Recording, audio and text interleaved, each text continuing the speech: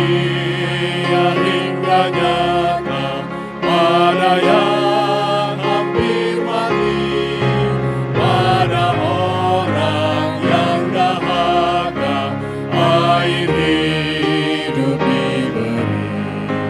Hati yang rendah dan suci Tuhan lihat dan terima.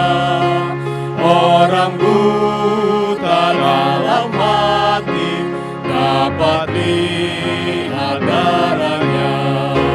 Angkat Dia juru selamat di hadapan manusia. Cari Dia sampai dapat, serta tinggalkan dosa. Angkat Dia dan tinggikan juru selamat dunia, agar Dia kelihatan pada segenap manusia. Banyaklah orang yang rindu akan lihat mukanya, yang berhati dingin dulu sekarang datang padanya. Angkat Dia juru selamat di hadapan manusia. Cari Dia sampai dapat, serta tinggalkan dosa. Angkat Dia yang mulia, Putra Allah yang tinggi, oleh kasih karunia-Nya yang berdosa disuci. Kabarkan kematian-Nya, Tuhan berkemurahan. Padanya adalah kuasa untuk keselamatan. Angkat Dia juru selamat di hadapan manusia. Cari Dia sampai dapat, serta tinggalkan dosa. Dia dalam doa, pujikanlah namanya, masyurkan tebusan Yesus yang selamatkan dunia. Yang mudah akan bersujud, yang tua akan tertelut, sembah puji nama Yesus, Tuhan Juru Selamatmu. Angkat Dia Juru Selamat di hadapan manusia. Cari Dia sampai dapat, serta tinggalkan dosa.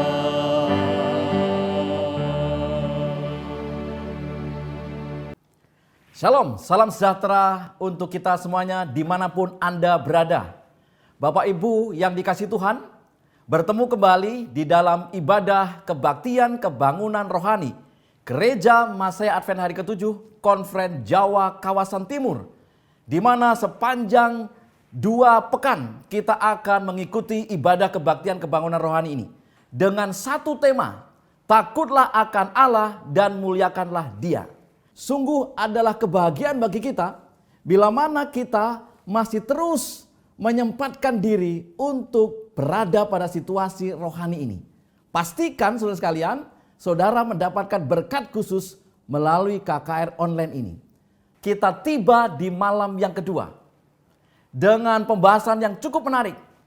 Kita bersyukur karena malam kedua ini kita akan dilayani oleh hamba Tuhan, Pendeta Ebenezer Sembiring.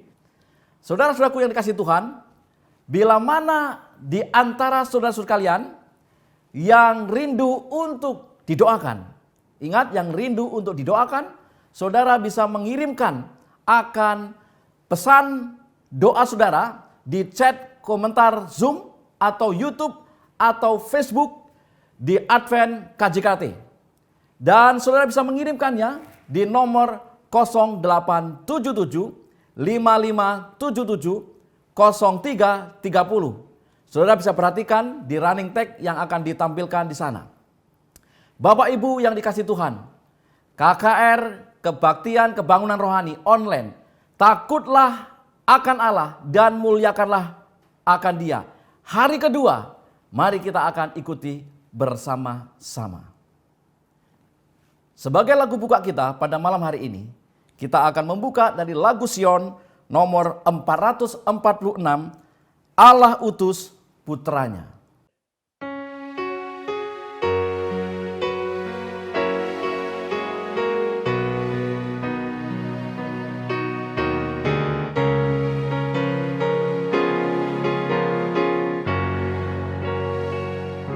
Allah utus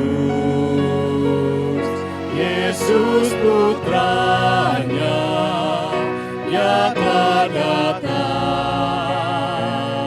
ke dunia.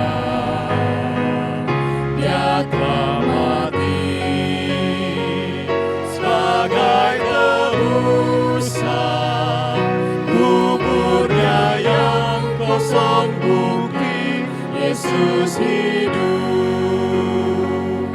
Yesus hidup, hari esok cerah.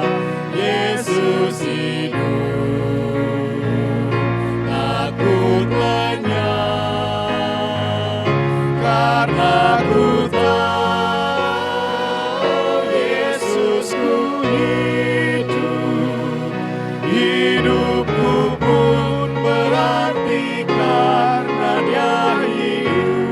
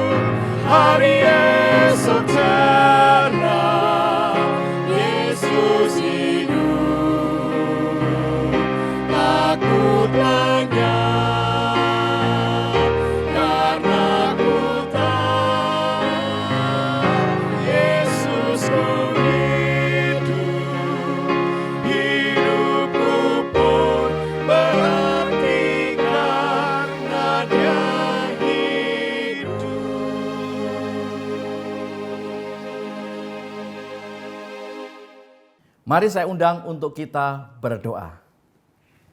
Bapa di surga, Allah yang penuh kasih, Allah berkemurahan, kami bersyukur oleh karena kami boleh bersama-sama dengan umat-umat Tuhan.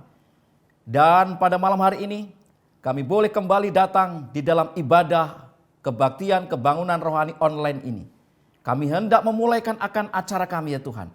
Biarlah Engkau memimpin akan ibadah kami ini dari awal sampai pada akhirnya. Seluruh hamba-hamba Tuhan yang akan mengambil bagian, baik di dalam doa, di dalam puji-pujian, bahkan hamba Tuhan yang akan mengambil firman Tuhan, biarlah Tuhan mengurapi beliau. Kami juga berdoa untuk seluruh umat-umat Tuhan, para pemirsa dimanapun mereka berada, biarlah roh yang sama, urapan yang sama menjadi bagian kami, sehingga kami benar-benar diberkati di sepanjang acara ini. Terima kasih ya Tuhan, mohon ampun atas pelanggaran dosa kami, dan menyerahkan akan acara ini dari awal sampai pada akhirnya. Di dalam nama Yesus kami berdoa. Amin. Saudara-saudaraku yang kasih Tuhan, biarlah hati kita disegarkan, iman kita diangkat oleh lagu pujian yang akan dibawakan duet Bella dan Eki.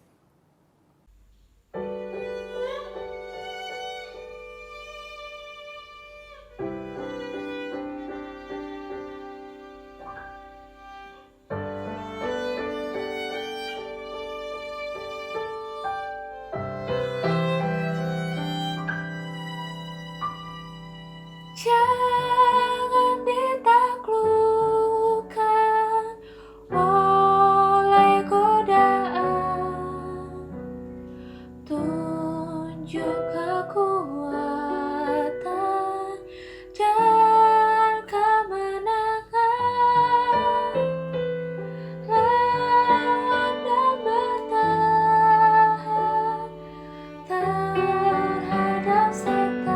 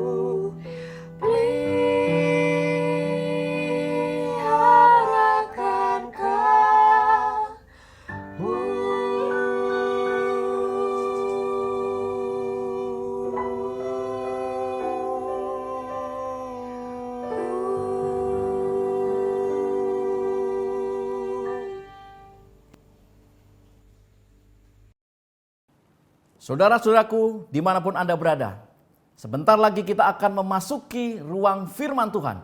Dan sebelum kita akan memasuki firman Tuhan, marilah kita menyanyikan pujian kita sebagai lagu tema kita.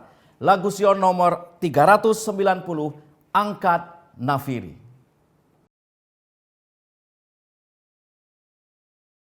Angkat nafiri dan bunyikanlah, Yesus kan datang segera.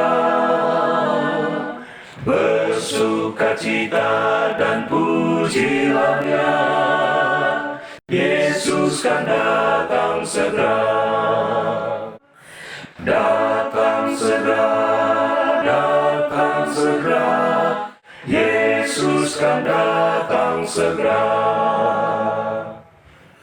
Bangsa amarah itu tandanya, Yesus kan datang segera. Pengetahuan bertambah-tambah, Yesus kan datang segera. Datang segera, datang segera, Yesus kan datang segera. Mari kita berdoa. Maha besar Allah Bapa yang bertahta di sorga, kami bersyukur oleh karena berkat Tuhan yang kami rasakan, oleh karena pimpinan Tuhan di dalam kehidupan kami masing-masing. Saat ini kami membuka hati kami untuk mendengarkan firman-Mu. Engkau berbicara kepada kami Tuhan, pakai hamba-Mu menjadi alat untuk menyampaikan firman Tuhan, dan berkati semua peralatan yang kami gunakan, agar pesan Tuhan boleh kami terima dengan baik pada malam hari ini. Dalam nama Yesus kami berdoa. Amin.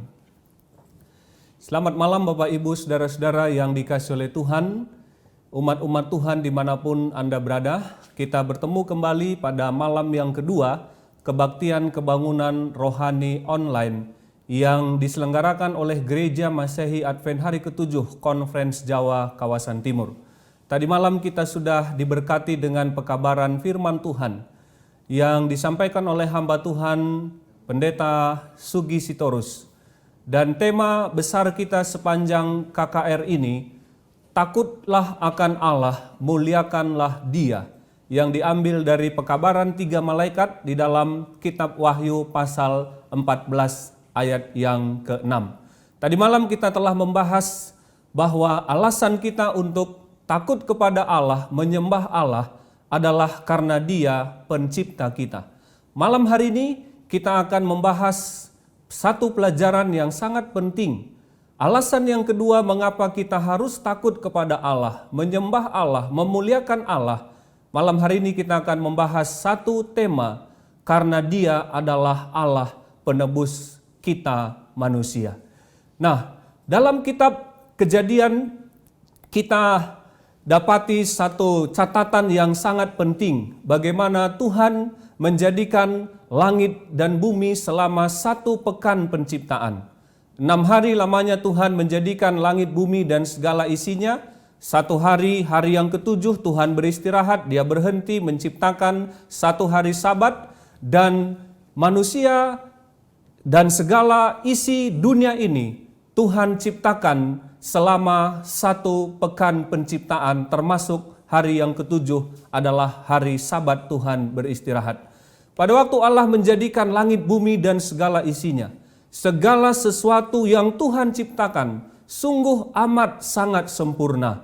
Tumbuh-tumbuhan, binatang-binatang dan segala isi dunia, termasuk manusia, Tuhan ciptakan dengan begitu sangat sempurna. Ada satu catatan saya baca untuk melihat betapa sempurnanya ciptaan Tuhan di Taman Eden pada waktu manusia belum jatuh ke dalam dosa. Dikatakan di Taman Eden itu tidak ada satu helai daun pun yang terlepas atau yang rontok dari tangkainya. Dan Bapak Ibu bisa bayangkan dengan perbedaan yang ada hari ini, betapa sungguh mulia agung Taman Eden beserta segala isinya yang Tuhan ciptakan pada minggu penciptaan itu. Namun Bapak Ibu Saudara yang dikasihi oleh Tuhan, tidak lama setelah minggu penciptaan itu selesai. Manusia yang pertama yang Tuhan ciptakan, Adam dan Hawa, mereka melanggar perintah Tuhan. Mereka jatuh ke dalam dosa. Kita dapati dalam kitab Kejadian Tuhan berkata supaya Adam dan Hawa tidak boleh memakan buah yang Tuhan larang yang ada di tengah-tengah taman itu. Kemudian setan menghasut Adam dan Hawa dan mereka melanggar perintah Tuhan dan kemudian manusia jatuh ke dalam dosa. Adam dan Hawa mereka jatuh ke dalam dosa karena mereka melanggar perintah daripada Tuhan. Kalau kita lihat lebih jauh, sebenarnya dosa bukan dimulai di Taman Eden. Ada satu catatan yang ditulis di dalam Alkitab bahwa sesungguhnya dosa ini sudah dimulai di sorga dan berlanjut ke dunia ini yang Tuhan telah ciptakan. Jadi Alkitab mencatat bahwa dosa ini sudah ada sebelumnya, sebelum mereka ataupun sebelum Adam dan Hawa digoda oleh setan di Taman Eden dan jatuh ke dalam dosa. Dari mana asalnya dosa ini? Di dalam Alkitab Yehezkiel pasal 28 ayat yang ke-12 dan atau sampai ayat yang ke-17. Di sana diberikan satu catatan bahwa dosa sebenarnya sudah dimulai di sorga. Ada satu ciptaan Tuhan yang lain, yaitu Lucifer, pemimpin daripada para malaikat yang Tuhan ciptakan begitu sempurna. Yehezkiel mencatat dia adalah gambar kesempurnaan, penuh hikmat, elok sempurna. Dia itu adalah malaikat kerub di gunung Allah yang kudus. Itu adalah ciptaan Tuhan, Lucifer, pemimpin malaikat yang ada di sorga yang mengadakan pemberontakan terhadap Allah. Kemudian Yesaya pasal yang ke-12 juga memberikan catatan yang sama, memperjelas apa yang kitab Yehezkiel katakan, bahwa Lucifer ini ciptaan Tuhan yang ada di sorga. Ia ingin menyamai yang maha tinggi, dia ingin menjadi sama dengan Allah, ingin mencapai puncak jabatan, ingin mendapatkan tahta kemuliaan seperti yang Allah miliki, dan ingin mendapatkan pemerintahan, kekuasaan seperti yang Allah miliki. Dan itulah kemudian setan atau Lucifer yang memulai dosa sudah di sorga dan diteruskan ke bumi atau dunia yang Tuhan telah ciptakan. Inilah juga yang dikatakan oleh firman Tuhan di dalam kitab Wahyu pasal yang ke-12 ayatnya yang ke-9. Bapak Ibu Saudara-saudara boleh buka Alkitabnya dalam kitab Wahyu pasal 12 ayat yang ke-9 berkata, dan naga besar itu si ular tua yang disebut iblis atau Satan yang menyesatkan seluruh dunia dilemparkan ke bawah, ia dilemparkan ke bumi bersama-sama dengan malaikat-malaikatnya. Ini sekilas yang saya mau katakan bahwa dosa sebenarnya sudah dimulai di sorga dan diteruskan ke bumi ini, di dunia yang baru Tuhan ciptakan, di Taman Eden pada waktu Adam dan Hawa ada di Taman Eden pada mula-mula penciptaan itu. Apa yang setan katakan kepada Adam dan Hawa ditulis dalam kitab Kejadian pasal 3 ayat 4 dan 5. Tetapi ular itu berkata kepada perempuan itu, pada waktu kamu memakannya, matamu akan terbuka, dan kamu akan menjadi seperti Allah, tahu tentang yang baik dan yang jahat.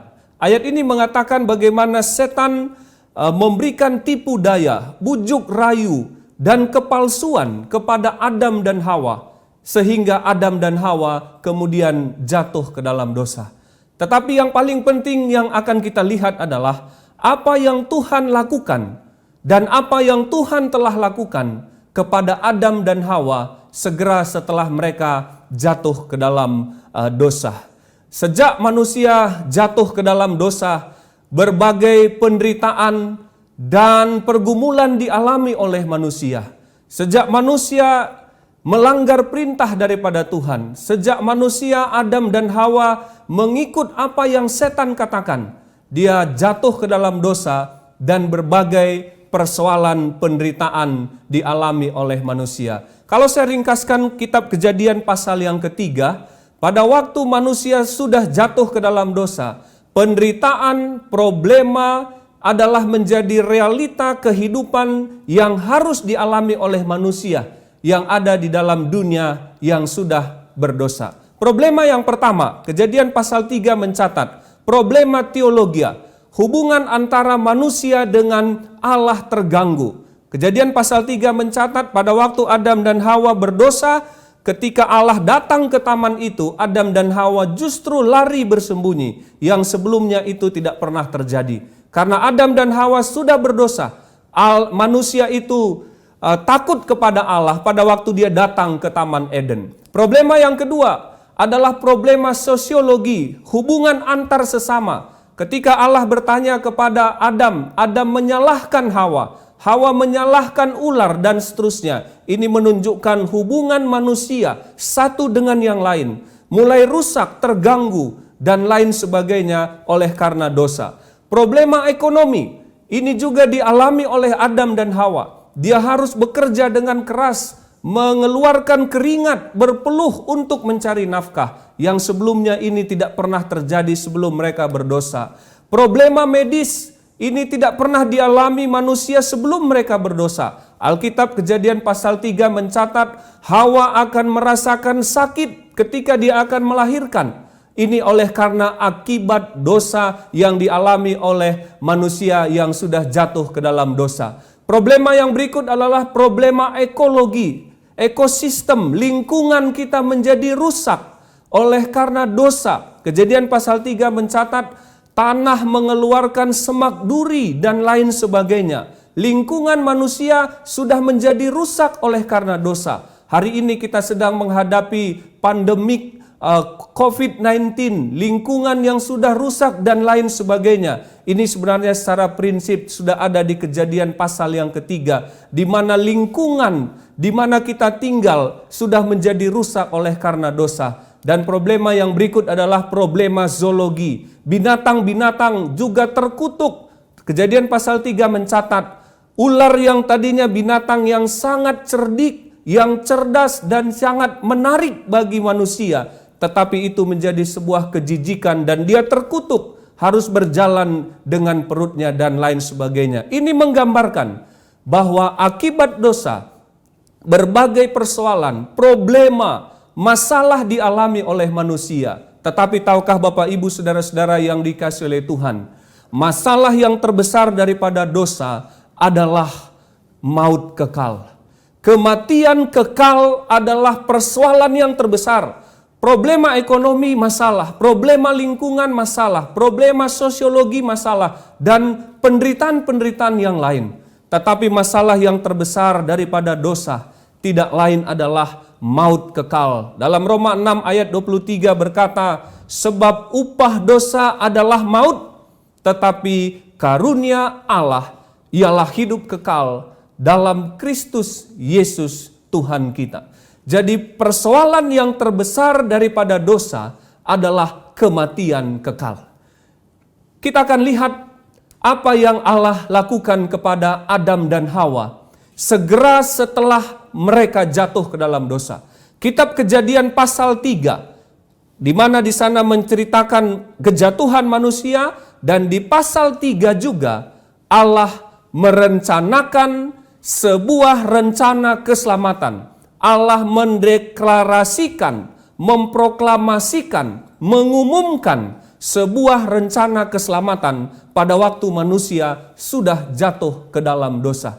Bapak Ibu Saudara yang dikasihi oleh Tuhan, Tuhan tidak membiarkan manusia hidup di dalam kebingungan untuk sekian lama. Segera setelah manusia jatuh ke dalam dosa, Allah langsung memberitahu rencana keselamatan. Allah langsung mengumumkan, memproklamasikan tentang sebuah rencana keselamatan karena manusia sudah jatuh ke dalam dosa. Kejadian pasal 3 ayat 14 dan 15. Inilah proklamasi rencana keselamatan yang Allah berikan kepada Adam dan Hawa segera setelah manusia jatuh ke dalam dosa. Saya mau baca, Bapak Ibu boleh ikuti. Lalu berfirmanlah Tuhan Allah kepada ular itu, aku akan mengadakan permusuhan antara engkau dan perempuan ini, antara keturunanmu dan keturunannya. Keturunannya akan meremukkan kepalamu dan engkau akan meremukkan tumitnya. Inilah proklamasi rencana keselamatan pertama kali Tuhan ucapkan segera setelah manusia jatuh ke dalam dosa. Di pasal yang sama diceritakan Adam dan Hawa jatuh ke dalam dosa. Dan di pasal yang sama juga Allah memberitahu manusia bahwa Dia telah membuat sebuah rencana keselamatan untuk menyelamatkan manusia yang sudah jatuh ke dalam dosa. Selanjutnya apa yang Tuhan lakukan? Setelah Allah mengumumkan rencana keselamatan bahwa ada seorang keturunan wanita yang akan menebus dosa atau menebus manusia dari dosa, Allah lakukan yang berikut dalam Kejadian 3 ayat 21. Ayat yang berikut di dalam pasal yang sama. Dan Tuhan Allah membuat pakaian dari kulit binatang untuk manusia dan untuk istrinya itu, lalu mengenakannya kepada mereka. Yang kemudian Allah buat adalah Allah membuat sebuah alat peraga. Allah membuat sebuah simbol, lambang, bayangan bahwa ada satu korban yang satu hari kelak akan menebus manusia yang jatuh ke dalam dosa. Itulah yang diilustrasikan dengan binatang yang disembelih, kulitnya diambil dan dipakaikan kepada Adam dan Hawa. Dan inilah ilustrasi, alat peraga, bayangan, lambang, dan simbol dari rencana keselamatan melalui sebuah korban binatang yang tersembelih hari itu untuk dijadikan pakaian daripada manusia yang sudah jatuh ke dalam dosa. Selanjutnya di dalam tulisan para nabi kita dapati banyak nubuatan-nubuatan tentang kelahiran juru selamat yang akan datang ke dunia ini. Mungkin hanya beberapa yang saya mau sebutkan malam hari ini Bapak Ibu Saudara. Di dalam Yesaya pasal 7 ayat 14 salah satu. Sesungguhnya seorang perempuan muda mengandung dan akan melahirkan seorang anak laki-laki, dan ia akan menamakan dia Immanuel. Nabi Yesaya lebih kurang 400-500 tahun sebelum Yesus lahir sudah memberitahu akan ada seorang anak laki-laki yang lahir dari perempuan muda. Perempuan muda di sini berarti adalah perempuan perawan yang masih muda, yang belum menikah, dan dia akan menamakan anak itu Immanuel. Jadi kata Immanuel sebenarnya sudah ditulis oleh Nabi Yesaya. Dan juga ada di dalam ayat yang lain, Yesaya pasal 5 ayat yang ke-9. Sebab seorang anak telah lahir untuk kita, seorang putra telah diberikan untuk kita, lambang pemerintahan ada di atas bahunya, dan namanya disebut orang penasehat ajaib, Allah yang perkasa, Bapa yang kekal, Raja damai. Ada ratusan ayat yang menubuatkan kelahiran juru selamat manusia yang Allah telah umumkan di Taman Eden pada waktu manusia berdosa, yang Allah telah ilustrasikan dengan korban yang dia sembelih. Para nabi mencatat ratusan nubuatan tentang kelahiran juru selamat yang dinantikan dan yang diperlukan manusia karena manusia sudah jatuh ke dalam dosa. Lebih kurang 4.000 tahun lamanya manusia itu menunggu juru selamat yang dijanjikan. Sejak diumumkan di Taman Eden bahwa keturunan seorang wanita akan meremukkan kepala ular, lambang dari setan, lebih kurang 4.000 tahun lamanya manusia menunggu kegenapan daripada janji nubuatan itu. Dan singkat cerita Bapak Ibu Saudara yang dikasihi oleh Tuhan, 4.000 tahun setelah proklamasi berita keselamatan itu diberitakan, seorang wanita yang bernama Maria didatangi oleh seorang malaikat dalam Lukas 1 ayat 31 mengatakan, sesungguhnya engkau akan mengandung dan akan melahirkan seorang anak laki-laki, dan hendaklah engkau menamai dia Yesus. Ia akan menjadi besar dan akan disebut anak Allah yang maha tinggi.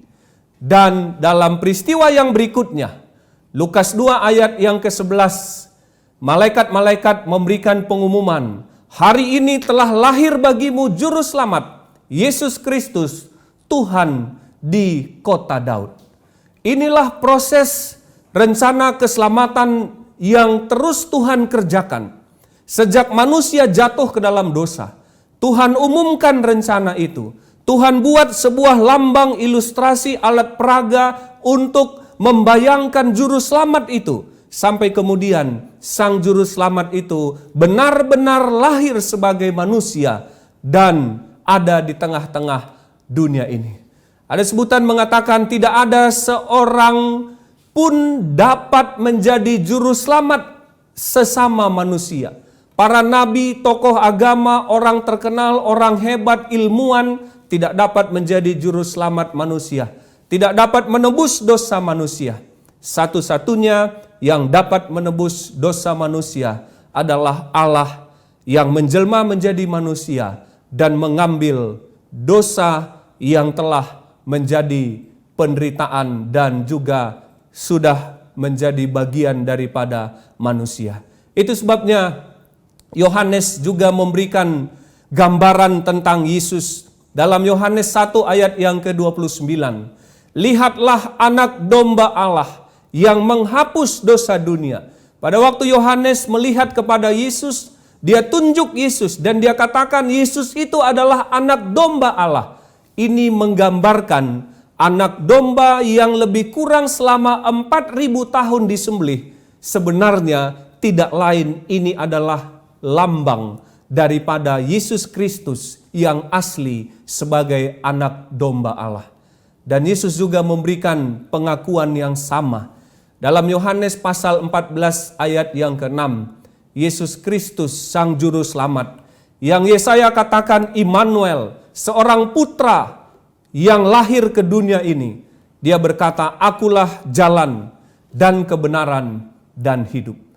Jadi rencana keselamatan dilakukan ataupun didelegasikan kepada Yesus Kristus yang adalah Allah dan dia sudah menjelma menjadi manusia melalui satu perjalanan rencana keselamatan yang luar biasa. Saya mau kasih tunjuk kepada Bapak Ibu Saudara-saudara bagaimana proses rencana keselamatan yang Yesus lakukan untuk menebus dan menyelamatkan umat manusia yang sudah jatuh ke dalam dosa. Rencana keselamatan telah digenapi oleh Yesus Kristus.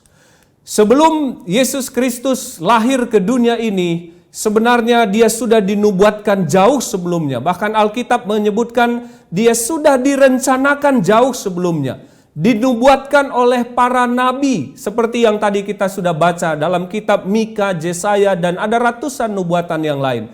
Kemudian setelah dinubuatkan, diumumkan oleh Allah. Itulah tadi di Kejadian pasal 3 ayat 15, Tuhan mengumumkan rencana keselamatan itu. Setelah diumumkan, rencana keselamatan itu diilustrasikan dengan alat peraga korban-korban. Dan ini berlangsung lebih kurang 4.000 tahun. Ketika orang-orang Israel pada perjanjian lama, mereka mempersembahkan korban. Ini adalah ilustrasi daripada pengorbanan Yesus Kristus. Setelah diilustrasikan atau dibayangkan dengan alat peraga rencana keselamatan melalui korban, Yesus Kristus lahir sebagai manusia di tengah-tengah dunia ini. Setelah dia lahir, dia hidup sebagai manusia, tetapi dia tidak berdosa. Kemudian dia diurapi menjadi Mesias, dia dibaptiskan. Pada pembaptisannya lebih kurang pada tahun 27 oleh Yohanes, dalam Alkitab kita bisa baca. Kemudian setelah dia diurapi sebagai Mesias, dia kemudian mati di kayu salib. Setelah dia mati di kayu salib, dia bangkit dari kubur. Setelah bangkit dari kubur, dia naik ke sorga. Dan setelah dia naik ke sorga, hari ini dia sedang menjadi imam besar yang mengantarai kita. Dan ada satu yang terakhir yang kita sedang tunggu dalam proses rencana keselamatan. Dia akan datang kali yang kedua untuk menyelesaikan secara keseluruhan rencana keselamatan. Bapak Ibu Saudara perhatikan betapa sempurna, betapa agung mulianya rencana keselamatan yang Tuhan buat. Dia sudah dinubuatkan, kemudian diilustrasikan. Dia lahir sebagai manusia, dia hidup sebagai manusia, dia dibaptiskan, dia mati di kayu salib, dia bangkit dari kubur, dia naik ke sorga, dia mengantarai kita sebagai imam. Dan yang terakhir dia katakan, aku akan datang kali yang kedua. Dan mungkin ini akan ada pembahasan yang berikut. Karena kedatangan Kristus yang kedua, ini adalah tahap akhir dari sebuah rencana keselamatan. Allah telah menjadi manusia. Itulah Yesus Kristus. Dengan demikian, ada keselamatan bagi kita manusia yang sudah berdosa. Tanpa itu, kita tidak ada pengharapan. Berbagai persoalan kita alami, tapi masalah yang terbesar dari dosa sesungguhnya adalah kematian kekal. Tetapi kematian kekal itu pun Yesus Kristus telah tanggung di kayu salib, dan dia sudah pikul itu menggantikan kita yang seharusnya mengalami kematian kekal. Seharusnya kita yang berdosa yang harus mati. Karena Roma 6 ayat 23 katakan upah dosa adalah kematian. Siapa yang berdosa kematian, maut kekal upahnya. Tetapi Yesus mengambil alih hukuman kematian yang harus kita tanggung di dalam hidup kita. Ada satu ayat Alkitab yang sangat baik untuk menjelaskan pengorbanan apa yang Yesus lakukan di kayu salib itu. Dalam Filipi pasal 2 ayat 5 sampai dengan ayat yang ke-8. Dalam Filipi 2 ayat 5 sampai 8 berkata, Kristus Yesus yang walaupun dalam rupa Allah, ataupun lebih jelasnya, Yesus Kristus yang walaupun Allah, tidak menganggap kesetaraannya dengan Allah sebagai milik yang harus dipertahankan, melainkan telah mengosongkan dirinya dan mengambil rupa seorang hamba dan menjadi sama dengan manusia. Dan dalam keadaan sebagai manusia, ia telah merendahkan dirinya dan taat sampai mati, bahkan mati di kayu salib. Inilah gambaran Filipi pasal 2 mengatakan apa yang Yesus lakukan.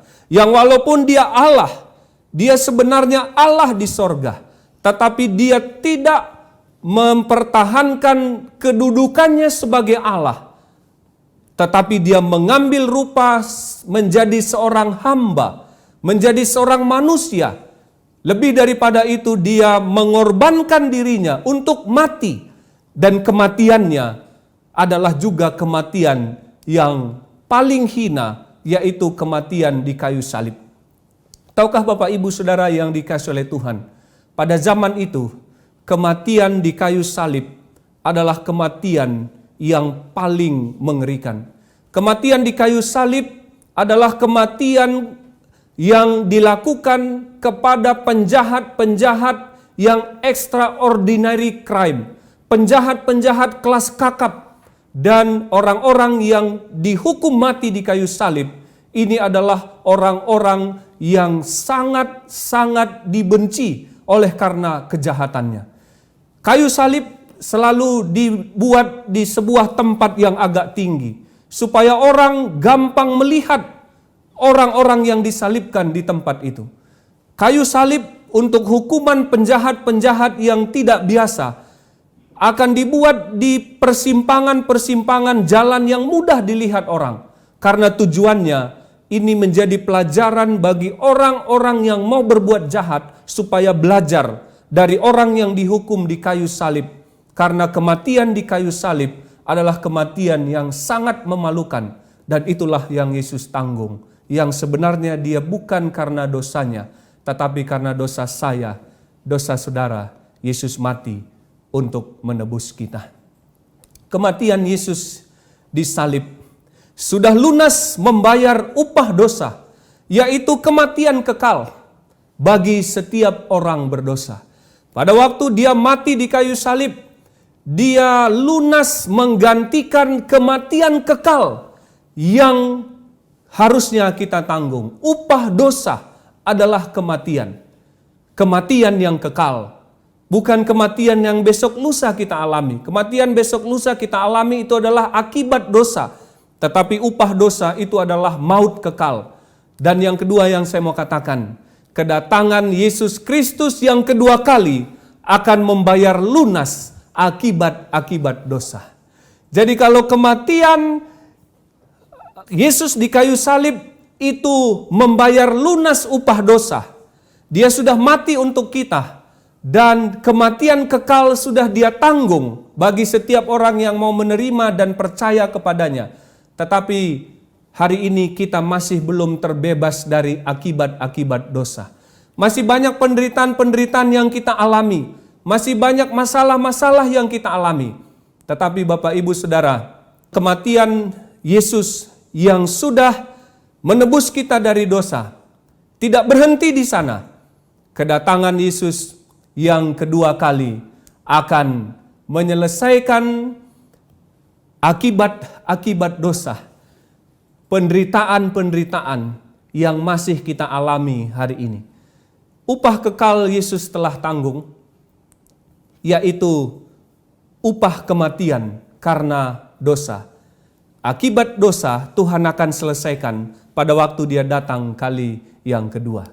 Saya mau tutup satu ilustrasi pada malam hari ini tentang satu cerita, kisah nyata dari sebuah pengalaman yang terjadi beberapa waktu yang lalu di negara Thailand, di mana pada hari itu ataupun beberapa waktu itu, 2 tahun yang lalu lebih kurang, 23 Juni 2018 ini terjadi. Ada 13 pemain sepak bola remaja dan pelatihnya terperangkap di sebuah gua yang dalam di negara Thailand. Nama gua itu ada Gua Tam Luang. Bapak Ibu Saudara-saudara boleh juga baca cerita ini atau mungkin sudah mendengar cerita ini. Apa yang terjadi pada hari itu? Ketika orang-orang muda remaja ini selesai mengadakan latihan sepak bola bersama seorang pelatihnya, mereka pergi berekreasi ke sebuah gua untuk masuk ke dalam gua yang dalam itu. Tanpa mereka sadari, di luar sedang terjadi hujan yang sangat deras. Dan dikatakan gua ini sangat riskan untuk mengalami banjir besar kalau hujan datang dengan sangat keras. Mereka tidak tahu karena mereka sedang ada di dalam. Gua itu cukup dalam dan mereka ada di dalam dan mereka tidak tahu kalau sedang ada hujan yang begitu sangat deras. Lokasi gua ini sangat rentan banjir tiba-tiba ketika musim hujan, dan benar hari itu gua ini kemudian dipenuhi dengan air. Jalan keluar daripada gua ini penuh dengan air dan terperangkaplah 13 orang itu di dalam gua yang cukup dalam dan sudah penuh dengan air. Sudah pasti ketika berita ini disampaikan, upaya pencarian dilakukan melibatkan lebih kurang 1.000 penyelam-penyelam hebat yang datang dari seluruh dunia. Angkatan Laut Amerika yang terkenal dengan kehebatan mereka mengirimkan bantuan. Tentara Angkatan Laut Inggris termasuk negara Thailand sendiri dan beberapa negara yang punya kemampuan militer yang hebat, mereka pergi ke Thailand untuk menolong 13 orang, 12 pemain sepak bola remaja dan seorang pelatihnya yang sedang terperangkap di sebuah gua yang sangat dalam ini. Nah, mereka berusaha untuk menolong orang-orang yang sedang terperangkap ini. Bagaimana cara mengeluarkan mereka? Dan singkat cerita, kemudian regu penolong berhasil masuk ke dalam gua dengan menyelam ke dalaman gua itu. Dan ditemukanlah, seperti yang ada di gambar ini, ditemukanlah 13 orang itu sedang berlindung di satu gundukan batu yang ada dalam gua itu, yang hampir seluruhnya sudah dipenuhi dengan air. Tetapi ada beberapa tempat yang agak tinggi di dalam dan mereka berlindung di tempat yang tinggi itu supaya mereka tidak tenggelam. Mereka mulai kekurangan makanan, Bapak Ibu Saudara. Bahkan oksigen mereka juga sudah mulai menipis. Mereka kurus dan lemas. Tidak ada yang dapat mereka lakukan. Karena mereka terjebak di tempat itu sudah cukup agak lama.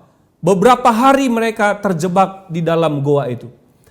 Ketika regu penolong telah menemukan orang yang harus diselamatkan ini, masalah yang mereka temukan adalah bagaimana mengevakuasi mereka.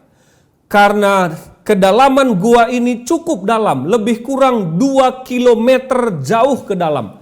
Dan memerlukan perjalanan lebih kurang selama 3 jam dengan menyelam. Padahal anak-anak remaja ini tidaklah orang-orang yang ahli di dalam menyelam. Goa ini cukup dalam, lebih kurang 2 kilometer. Dan di beberapa tempat ada kedalaman air yang cukup dalam, seperti yang ada di diagram grafik ini. Kemudian, regu penolong kemudian berusaha untuk menyelamatkan mereka. Penyelam-penyelam handal masuk ke dalam gua yang dalam itu. 2 kilometer jauhnya, penuh dengan air, dingin, dan lain sebagainya. Dan tim ahli ini membawa tabung-tabung untuk masuk ke dalam supaya dapat mengeluarkan dan menyelamatkan orang-orang ini.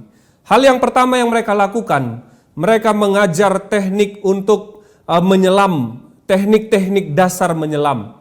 Kemudian 2 penolong akan menolong 1 orang, di mana 1 orang akan membawa tabung oksigen untuk seorang yang ditolong dan 1 orang untuk menuntun dia supaya dia bisa belajar untuk menyelam menggunakan tali yang dibuat keluar dari gua itu. Tim penolong mereka membawa makanan, tabung oksigen, kemudian melatih menyelam, dan singkat cerita, 1 persatu orang yang terjebak itu dikeluarkan dari gua itu dengan cara yang sudah mereka rencanakan. Seorang mengawasi seorang yang harus ditolong ini, seorang penolong mengawasi seorang yang harus ditolong, membawa sebuah tabung, menolong dia supaya dia bisa menyelam dengan baik keluar dari gua itu. Karena sudah 14 hari, 2 minggu mereka terjebak di dalam gua yang sangat dalam. Puji Tuhan, pada waktu itu regu penyelamat berhasil menyelamatkan 13 orang yang terjebak. Selamat semuanya dapat keluar dengan baik. Dan berita ini cukup membawa sukacita bagi semua orang, keluarganya, bahkan menjadi berita seluruh dunia bagaimana tim ahli dari berbagai negara bekerja sama untuk menolong dan membebaskan 14 orang yang terjebak di gua yang sangat dalam. Tetapi di tengah-tengah cerita yang menyenangkan itu, ada satu berita buruk yang terjadi. Seorang penyelam tentara Thailand bernama Sersan Mayor Samangunan. Sebenarnya dia sudah pensiun dari dinas militer, tetapi dia merelakan dirinya untuk menjadi seorang regu penolong masuk ke dalam gua, menyelamatkan orang-orang yang terjebak. Sebenarnya bukan kewajibannya untuk masuk ke sana, karena sebenarnya dia sudah terbebas pensiun dari dinas militer. Tapi dia adalah seorang mantan penyelam angkatan laut Thailand yang sangat handal.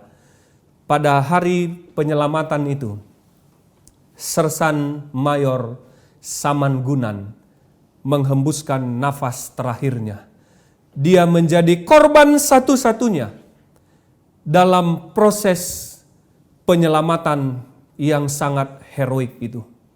Dia mati dalam proses penyelamatan dan kemudian negaranya mengangkat Sersan Mayor Samangunan menjadi seorang pahlawan nasional. Bapak Ibu Saudara yang dikasihi oleh Tuhan kita Yesus Kristus. Lebih daripada itu, Yesus telah melakukan hal yang sama. Lebih daripada Sersan Mayor Samangunan, dia merelakan hidupnya, nyawanya, untuk menyelamatkan orang-orang yang terjebak dalam gua yang gelap, yang tidak berpengharapan. Yesus Kristus, lebih dari itu, dia telah lakukan hal yang sama. Dia mati di atas kayu salib. Kematian yang paling menjijikkan, kematian yang paling hina, dia harus alami untuk menyelamatkan kita.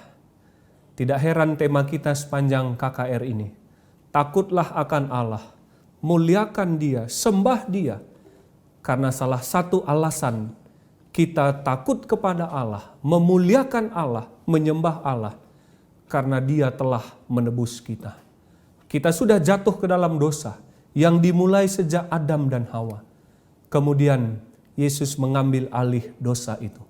Maut kekal dia sudah tanggung di kayu salib.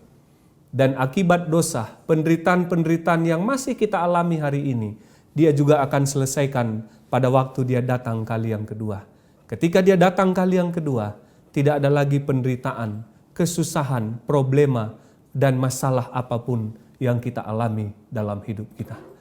Jika ini menjadi alasan kita untuk selalu menyembah, memuliakan Tuhan, takut kepada Tuhan, karena Dia telah menebus kita dari dosa kita. Mari kita berdoa bersama-sama dan mengintrospeksi diri kita. Apakah kita sudah menyembah, memuliakan Allah yang benar, karena Dia adalah Allah yang telah menebus kita dari dosa-dosa kita. Saya undang Bapak Ibu Saudara, umat-umat Tuhan, semuanya kita berdoa untuk firman yang kita sudah dengar.